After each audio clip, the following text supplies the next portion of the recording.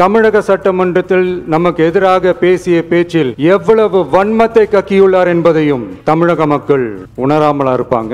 தமிழக சட்டமன்றத்தில் நமக்கு எதிராக நிகழ்த்தப்பட்ட ஒரு உரைக்கு ஒரு நாகரிக பதிலடி கொடுக்கணும்னு நான் நினைக்கிறேன். அரசியல் செய்ய விருப்பமில்லை, அரசியல் செய்ய விருப்பமில்லைன்னு அடிக்கடி சொல்ற முதல்வர் நம்மளை குறிப்பிட்டு பல்வேறு அவதூறுகளை பதிவு செய்வதன் வாயிலாக பெருந்தன்மையை பேரளவில் மட்டுமே பேசும் முதல்வர் 15/10/2025 அன்னைக்கு தமிழக சட்டமன்றத்தில் நமக்கு எதிராக பேசிய பேச்சில் எவ்வளவு வன்மத்தை கக்கியுள்ளார் என்பதையும் எப்படிப்பட்ட ஒரு அரசியல் செய்ய முயல்கிறார் என்பதையும் தமிழக மக்கள் உணராமலா இருப்பாங்க. இந்த கரூரோட சேர்ந்து 5-6 மாவட்டத்துக்கு இந்த மக்கள் சந்திப்பு நிகழ்ச்சிகள்லாம் நடத்தியிருக்கிறோம், போயிருக்கிறோம். அங்கெல்லாம் இந்த லாஸ்ட் மினிட் வரைக்கும் எங்களுக்கு அந்த இடம் கொடுப்பாங்களா மாட்டாங்களா, பெர்மிஷன் தருவாங்களா மாட்டாங்களா, இப்படியே இழுத்து அடிச்சுக்கிட்டு இருப்பாங்க. தான் நாகப்பட்டினத்தில் சொன்னது மாதிரி தான். நாங்கள் ஒரு இடம் செலக்ட் பண்ணி கேட்போம், மக்கள் நல்லா ஸ்பேஷியஸாக நின்று பார்க்குற மாதிரி. பட் அவங்க அதையெல்லாம் ரிஜெக்ட் பண்ணிவிட்டு மக்கள் நெருக்கடியோடு நின்று பார்க்குற மாதிரி ஒரு இடத்த செலக்ட் பண்ணி எங்களுக்கு கொடுப்பாங்க. இது டிஃபால்ட்டாக எல்லா இடத்துலையும் இந்த ஒரு ஆர்கியூமெண்ட் நடந்துகிட்ருக்கோன்னு வைங்க.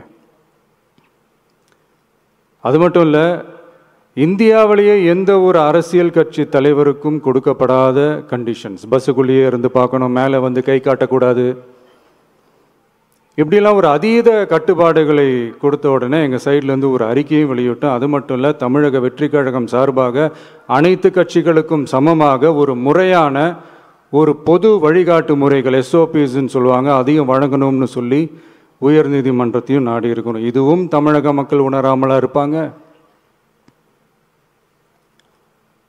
இப்படி ஒரு அரசியல் காழ்ப்புடன் நேர்மை திறனற்று நம்மளை பற்றி குற்றம் சாட்டியுள்ள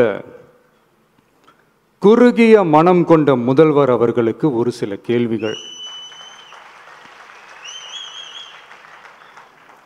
உச்சநீதிமன்றத்தில், அதாவது 13/10/2025 அன்னைக்கு உச்சநீதிமன்றத்தில் நடந்த அந்த விவாதங்களை வைத்தும் அந்தந்த உத்தரவுகளை வைத்தும் இந்த கேள்விகள்.